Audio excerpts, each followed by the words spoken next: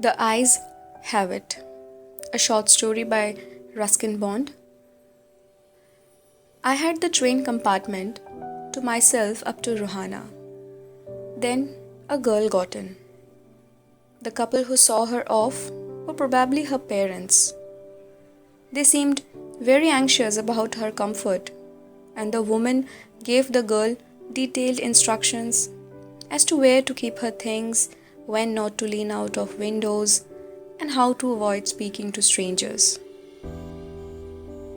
They called their goodbyes, and the train pulled out of the station. As I was totally blind at the time, my eyes sensitive only to the light and darkness, I was unable to tell what the girl looked like.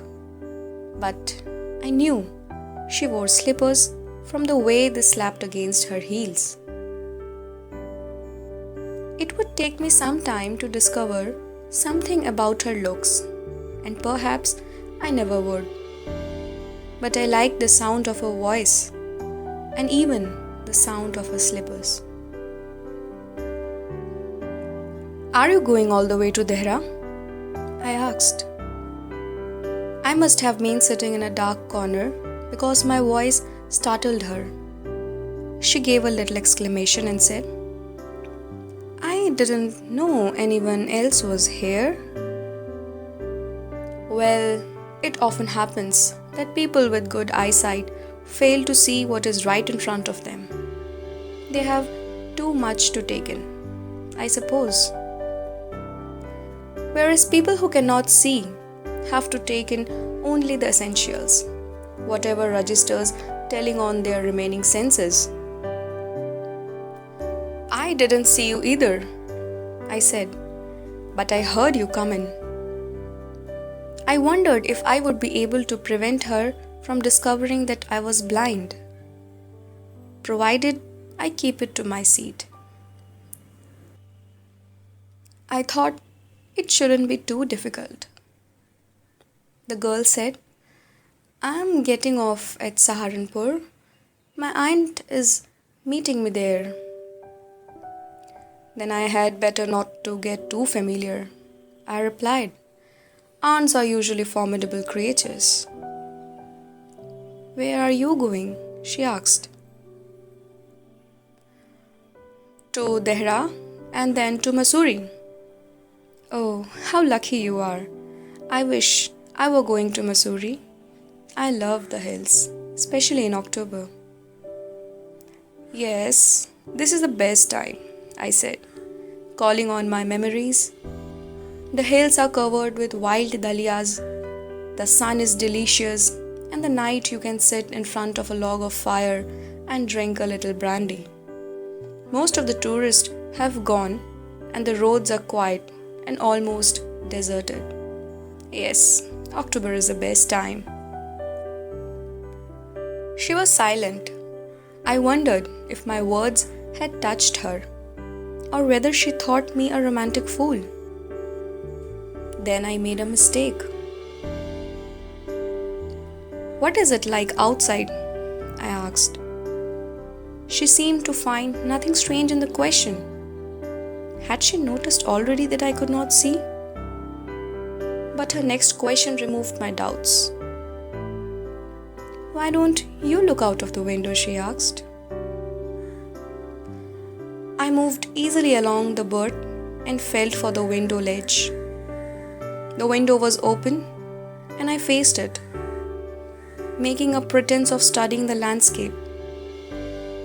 I heard the panting of the engine, the rumble of the wheels, and in my mind's eye, I could see telegraph posts flashing by.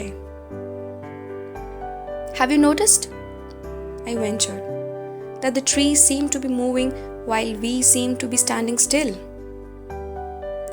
"That always happens," she said. "Do you see any animals?" "No," I answered very confidently. I knew that there were hardly any animals left in the forest near Dehra. I turned from the window and faced the girl, and for a while we sat in silence.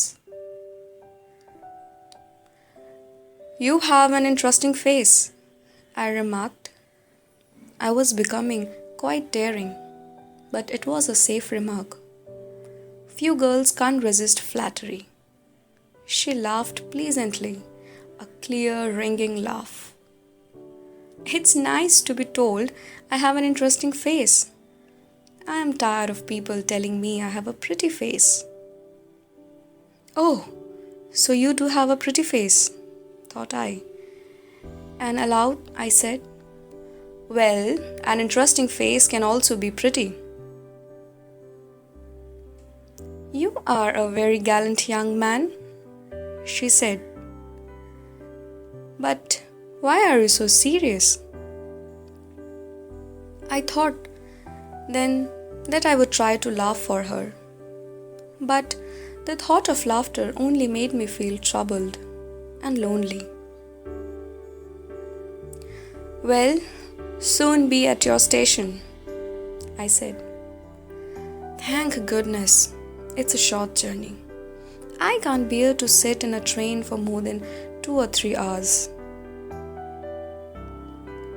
Yet, I was prepared to sit there for almost any length of time, just to listen to her talking. Her voice had a sparkle of mountain stream. As soon as she left the train, she would forget our brief encounter, but it would stay with me for the rest of the journey and for some time after. The engine's whistle shrieked. The carriage wheels changed their sound and rhythm. The girl got up and began to collect her things. I wondered if she wore her hair in a bun or if it was plaited. Perhaps it was hanging loose over her shoulders. Or was it cut very short? The train drew slowly into the station. Outside, there was a shouting of porters and vendors and a high-pitched female voice near the carriage door. That voice must have belonged to the girl's aunt. Goodbye, the girl said. She was standing very close to me, so close that the perfume from her hair was tantalizing. I wanted to raise my hand and touch her hair, but she moved away. Only the scent of perfume still lingered where she had stood. There was some confusion in the doorway. A man getting into the compartment stammered an apology. Then the door banged and the world was shut out again. I returned to my berth. The guard blew his whistle and we moved off. Once again, I had a game to play and a new fellow traveler. The train gathered speed, the wheels took up their song, the carriage groaned and shook. I found a window and sat in front of it, staring into the daylight that was darkness for me.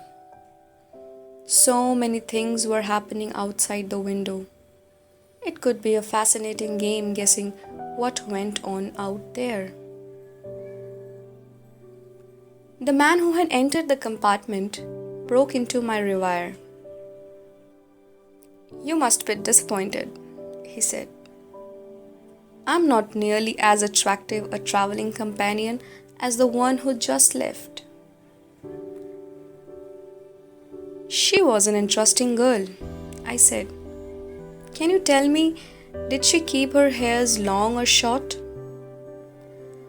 I don't remember, he said, sounding puzzled.